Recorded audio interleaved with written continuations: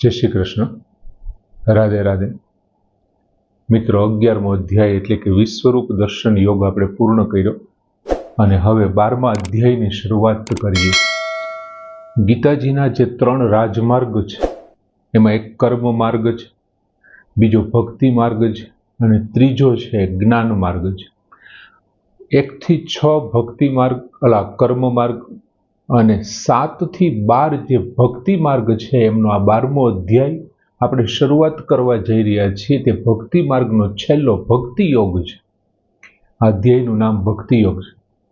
એ પરમ કૃપાળુના ચરણોમાં કોટી કોટી વંદન કરી અને આ અધ્યાયની શરૂઆત કરીએ કે હે ઈશ્વર, હે અનંત કોટી બ્રહ્માંડના માલિક, આ અધ્યાયથી અમે તમારું જે સગુણ અને નિર્ગુણ સ્વરૂપ છે એમને સમજી શકીએ અને આપના ચરણોમાં આપની ભક્તિમાં અમારું મન લાગ્યું રહે તેવી અમને આશીષ આપો।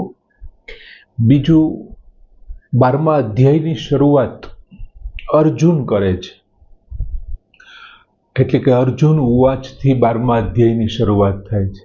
અત્યાર સુધી આપણા મનમાં 1 થી 6 અધ્યાયમાં કર્મને કારણે ભગવાન સુધી પહોંચવાનો માર્ગ જોયો અને ત્યાર પછી 7 થી 12માં કે ભાઈ ભક્તિ પણ એક એવી વસ્તુ છે કે જે આ બંને માર્ગથી સહેલી હોય તેવું લાગે છે, એટલે ભક્તિ માર્ગ પણ ભગવાને અને એટલા માટે ભક્તિ માર્ગને કદાચ મધ્યમાં રાખ્યો હશે।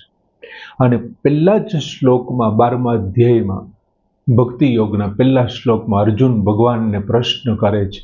અર્જુન ઉવાચ એવં સતત યુક્તા ये भक्ताः त्वां पर्युपासते ये च अपि अक्षरम अव्यक्तम तेषा के योगवित्तमाः। बहु सरस अर्जुनનો પ્રશ્ન અને એટલો ગંભીર પ્રશ્ન છે કે એમનો જવાબ ભગવાન છેક 14મા અધ્યાયના 20મા શ્લોક સુધી આપે છે। એક ધારું ભગવાન કથન કરે છે આમાં, એટલે પ્રશ્ન પણ ખૂબ ગંભીર છે અને ઘણા વિદ્વાન વ્યક્તિઓના સાધકોના મનમાં ઉઠેલો આ પ્રશ્ન અર્જુનને મોઢે ભગવાને પૂછાયો છે। અર્જુન શું કહે છે કે એવમ સતત યુક્તા એ ભક્તા એટલે કે જે ભક્તો, એવમ એટલે આ પ્રમાણે એટલે ક્યાં પ્રમાણે કે તમે જે 11મા અધ્યાયના 55મા શ્લોકમાં વાત કરી કે મત કર્મ કૃત, મારા માટે કર્મ કરનારો મતપરાયણ અને જે મારે પરાયણ મદભક્ત, જે મારો ભક્ત છે, સ મામ એતિ, તે મને પ્રાપ્ત કરી લે છે। આ પ્રમાણે, એવમ એટલે આ પ્રમાણે, પછી સતત યુક્તા, નિરંતર આપની ભક્તિમાં લીન રહીને ત્વામ પર્યુપાસતે, ત્વામ એટલે આપ એટલે સગુણ સ્વરૂપની અહીંયા વાત છે, સગુણ સ્વરૂપની પર્યુપાસતે એટલે ઉપાસના કરે છે। જે લોકો આ પ્રમાણે અથવા જે ભક્તો આ પ્રમાણે નિરંતર આપની ભક્તિમાં લીન રહીને આપ સગુણ સ્વરૂપની ઉપાસના કરે છે। ચ અને એટલે કોણ? તો કે બીજા ભક્તો એટલે કોણ? તો કે જે સગુણ નથી અને નિર્ગુણની ઉપાસના કરે છે, સગુણની ઉપાસના નથી કરતા, નિર્ગુણની। બીજા જે કેવળ અક્ષરમ અવ્યક્તમ, અક્ષરમ એટલે અવિનાશી અને અવ્યક્તમ એટલે નિર્ગુણ નિરાકારની, એ ચ અપી અને જે બીજા ભક્તો અક્ષરમ અવ્યક્તમ અવિનાશી અને નિર્ગુણ નિરાકારની જ ઉપાસના કરે છે, તેસામ કે યોગવિત્તમાં, તેસામ તે બંનેમાં, યોગવિત્તમાં કોણ? યોગવિત્તમાં કે તે બંનેમાં ઉત્તમ યોગવેતા કોણ છે? જે એક તમારી સગુણ સ્વરૂપની ઉપાસના કરે છે, અને એ પણ કેવી રીતે? તો કે સતત યુક્તા, નિરંતર આપની ભક્તિમાં લીન રહીને। અને બીજું શું કરે છે? બીજા ભક્તો છે કોણ છે? તો કે નિર્ગુણની ઉપાસના કરે છે, નિર્ગુણ નિરાકારની ઉપાસના કરે છે, અને એ કોણ છે? અક્ષરમ અવ્યક્તમ, અવિનાશી અને નિર્ગુણ નિરાકારની જેવું। અર્જુન પૂછે છે તેશામ કે યોગવિત્તમ, તે બંનેમાં યોગવેતા કોણ છે? એમ સાચો યોગવેતા કોણ છે? બહુ સરસ અર્જુને પ્રશ્ન પૂછ્યો છે ભગવાનને। એવમ સતતમ યુક્તા એ ભક્તા કહીને તો 11મા અધ્યાયના 55મા શ્લોકમાં વિશ્વરૂપ દર્શનના અંતિમ સમય અને 12મા અધ્યાયનો જ્યાં પાયો નખાણો છે એ શ્લોકમાં ભગવાને વાત કરી હતી અર્જુનને, અને ત્યાં બે શબ્દો વાપર્યા હતા, યહ અને સહ.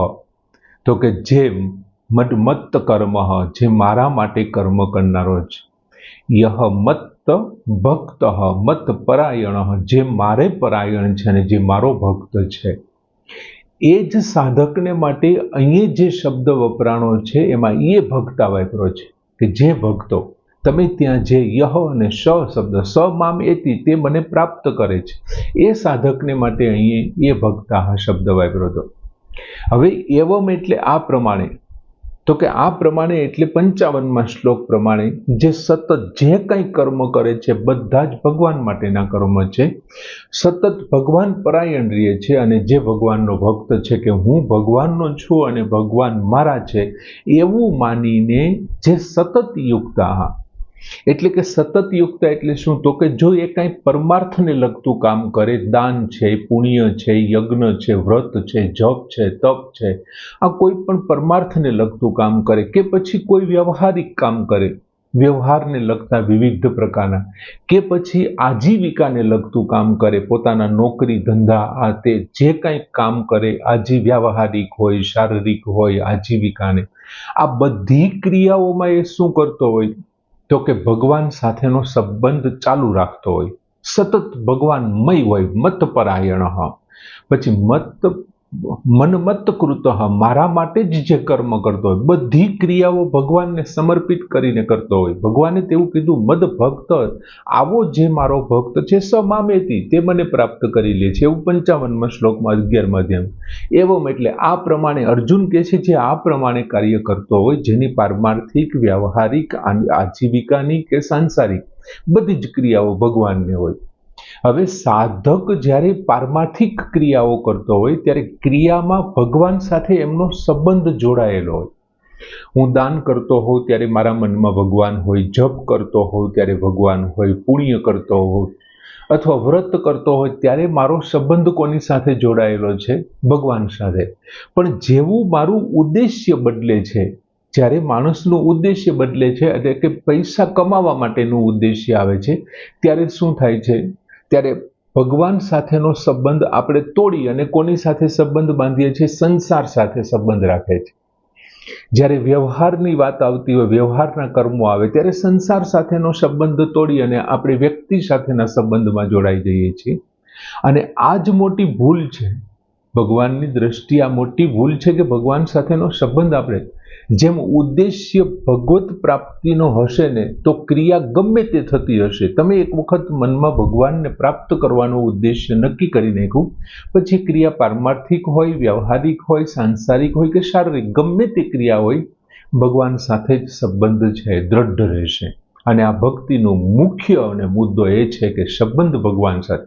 તમે ગમે તે ક્રિયા કરો, ઊંઘતા હો ને તો પણ એ સમાધિ સમાન હોવી જોઈએ. ભગવાનને યાદ કરતા કરતા ક્યારે ઊંઘ આવી જાય ખબર પણ ન પડે, તો જેટલી લાંબી ઊંઘ હશે એ કેવી હશે, ભલે ને વચ્ચેના સમયમાં તૂટી ગયું હોય. દાખલા તરીકે કોઈ એક વેપારી છે, એની ખાતાવાહી હોય, એમાં આંકડાના સરવાળા માંડતા હોય. હવે તો કોમ્પ્યુટર ને કેલ્ક્યુલેટર આવી ગયા એટલે કદાચ વચ્ચે વાત કરી શકે. પહેલાના વેપારી શું કરતા, એ લાલ કલરનો ચોપડો કાઢે અને સરવાળો કરતા હોય, ત્યારે એ સરવાળો કરવાનું ચાલુ કરે ને ત્યારે મોઢે સરવાળા કરવાના હતા.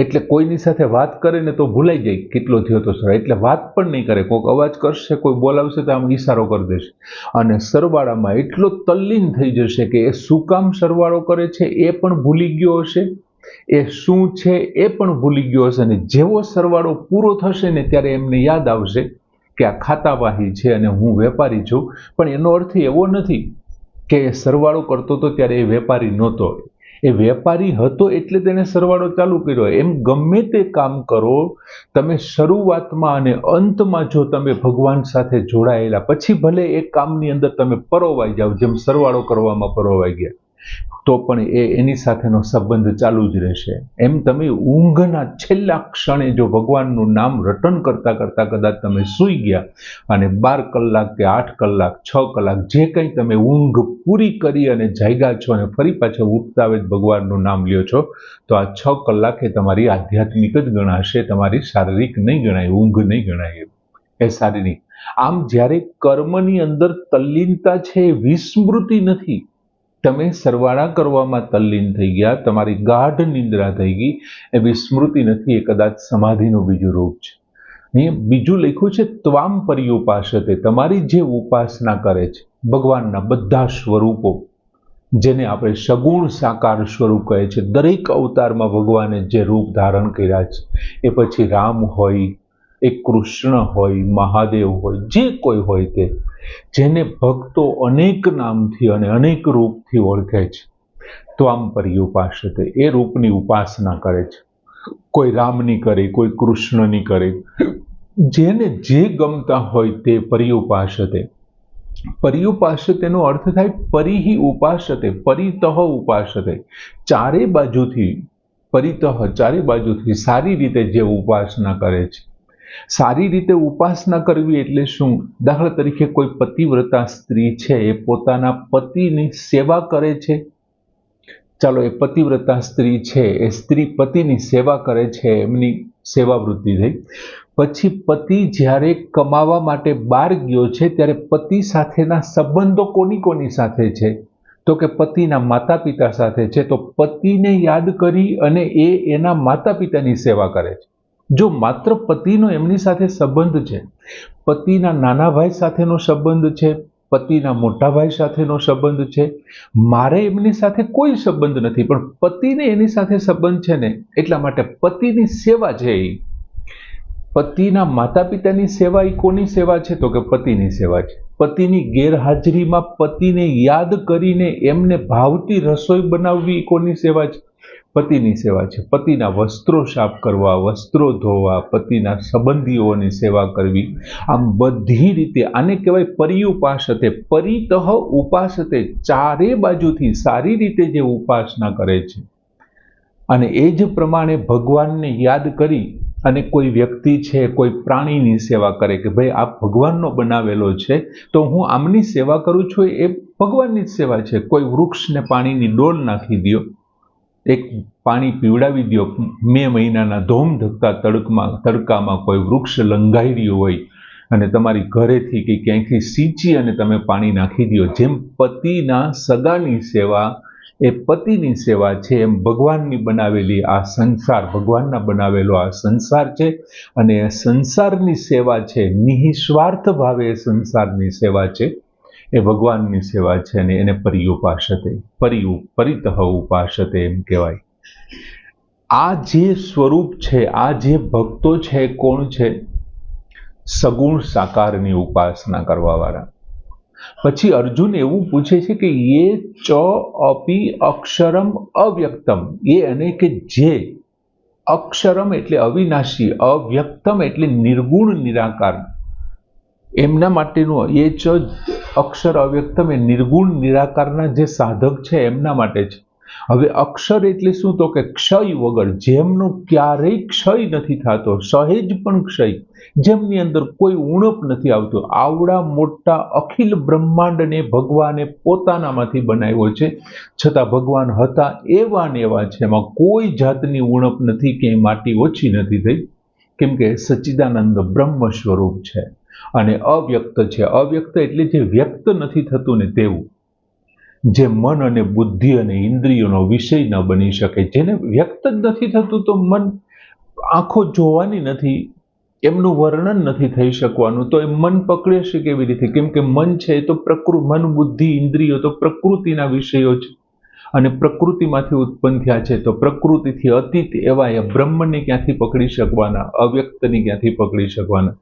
જેનો કોઈ આકાર જ નથી, જે વ્યક્ત નથી, જેમનું કોઈ વર્ણન નથી, જેમના કોઈ ગુણ કે ગુણધર્મો નથી, એવા નિર્ગુણ નિરાકારને મન, બુદ્ધિ, ઇન્દ્રિયો કેવી રીતે પકડી શકે? એટલે તેશામ, પછી પ્રશ્ન પૂછે છે અર્જુન કે તેશામ કે યોગ વિતમાહ, આ બંને જે છે એટલે કે સગુણ સાકારની ઉપાસના કરવાવાળા સાધકો છે તે, અને એક આ નિર્ગુણ નિરાકારની ઉપાસના કરવાવાળા જે સાધકો છે તે, આ બેમાં ઉત્તમ કોણ છે? અને હવે ભગવાન બીજા શ્લોકથી ચાલુ કરીને છેક 14મા અધ્યાયના 20મા શ્લોક સુધી બહુ લાંબી ચર્ચા, ભગવાન માટે બહુ મહત્વનો પ્રશ્ન છે એટલે ભગવાન એક ધારો એમનો જવાબ આપે છે. વચ્ચે ક્યાંય કોઈ જગ્યાએ અર્જુન પણ નથી બોલતો, માત્ર મુખ પ્રેક્ષક બની અને શ્રોતા બની અને સાંભળે છે અને ભગવાન એમનો સચોટ જવાબ આપે છે. ભગવાન આ જ વાત 73 જેટલા શ્લોકમાં ભગવાને આ વાત સમજાવી છે. 14મા અધ્યાયના 20મા શ્લોક સુધી આ એક જ વાતનું વર્ણન છે. આમ સૌથી લાંબુ પ્રકરણ જો ગીતાજીમાં કોઈ હોય ને તો આ પ્રશ્નના જવાબનું પ્રકરણ લાંબુ છે. તેથી આ વાત આપણે રજૂ કરીએ એના કરતાં ભગવાનના મુખેથી જ જાણવા મળે છે કે આ બંનેમાં કોણ છે. એક સગુણ સાકાર અને એક બીજું નિર્ગુણ નિરાકાર, આ બંને એક જ સ્વરૂપ છે, બે જુદા નથી. ભગવાનના બે સ્વરૂપ છે, સગુણ સાકારને, પણ એમને પૂજવાવાળા બે સાધકો એક સગુણ સાકારની પૂજા કરે છે, એક નિર્ગુણ નિરાકારની પૂજા કરે છે. એટલે અર્જુન હવે ભગવાનને પૂછે છે કે તેષામ કે યોગ વિત્તમાં. બહુ સરસ શરૂઆત આ 12મા અધ્યાયની ભક્તિ યોગની, કે એવમ સતત યુક્તા યે ભક્તાઃ ત્વામ પર્યુપાસતે યે ચ અપિ અક્ષરમ અવ્યક્તમ તેષામ કે યોગ વિત્તમાં પૂર્ણ કરીએ. જય શ્રી કૃષ્ણ.